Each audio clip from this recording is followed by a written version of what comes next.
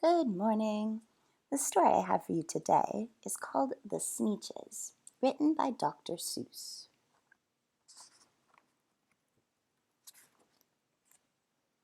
The Sneetches. Now, Starbelly Sneetches had bellies with stars. The plain belly Sneetches had none upon theirs. Those stars weren't so big. They were really so small you might think such a thing wouldn't matter at all. But because they had stars, all the Starbelly Sneetches would brag, "We're the best kind of Sneetch on the beaches." With their snoots in the air, they would sniff and they'd snort. "We'll have nothing to do with the plain belly sort." And whenever they met some, when they were out walking, they'd saunter straight past them without even talking. When the Starbelly children went out to play ball, could a plain belly get in the game? Not at all. You could only play if your bellies had stars, and the plain belly children had none upon theirs. When the Starbelly Sneetches had Frankfurter roasts, or picnics, or parties, or marshmallow toasts, they never invited the plain belly Sneetches. They left them out cold in the dark of the beaches. They kept them away, never let them come near, and that's how they treated them year after year. One day, it seems, while the plain belly Sneetches were moping and doping alone on their beaches, just sitting there wishing their bellies had stars, a stranger zipped up in the strangest of cars.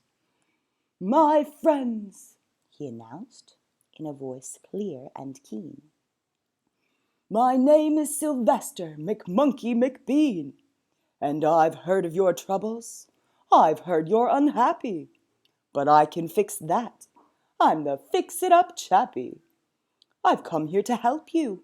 I have what you need, and my prices are low, and I work at great speed, and my work is 100% guaranteed." Then, quickly, Sylvester McMonkey McBean put together a very peculiar machine. And he said, "You want stars like a Starbelly Sneetch? My friends, you can have them for $3 each. Just pay me your money and hop right aboard." So they clambered inside.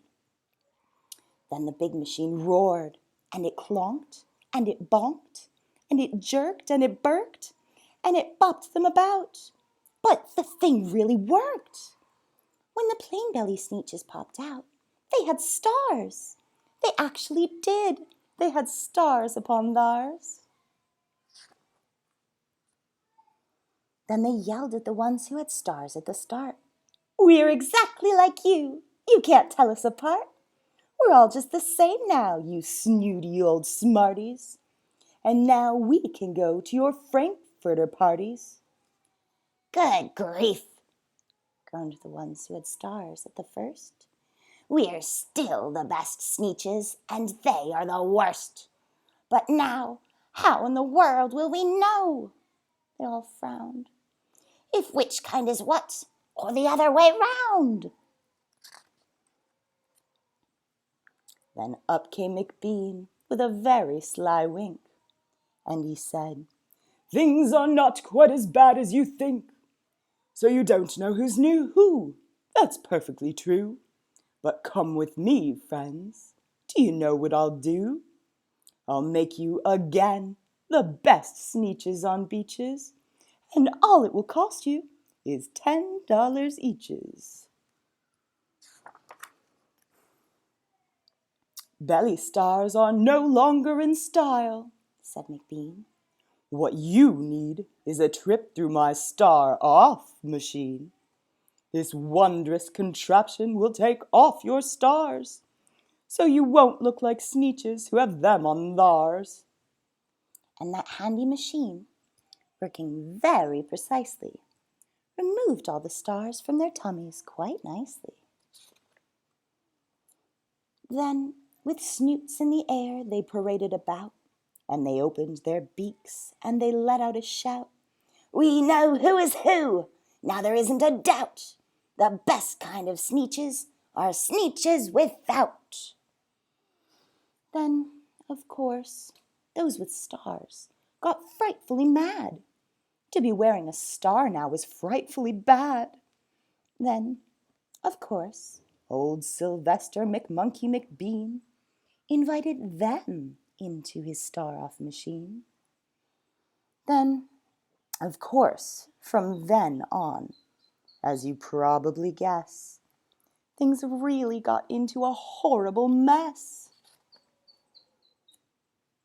All the rest of that day, on those wild, screaming beaches, the fix-it-up chappie kept fixing up Sneetches. Off again, on again, in again, out again. Through the machines they raced round and about again, changing their stars every minute or two. They kept paying money. They kept running through, until neither the plane nor the starbellies knew whether this one was that one, or that one was this one, or which one was what one, or what one was who. Then, when every last cent of their money was spent, the fix-it-up chappie packed up and he went. And he laughed as he drove in his car up the beach. They will never learn. No, you can't teach a Sneetch. But McBean was quite wrong. I'm happy to say that the Sneetches got really quite smart on that day. They decided that Sneetches are Sneetches, and no kind of Sneetch is the best on the beaches. That day, all the Sneetches forgot about stars, and whether they had one or not upon theirs.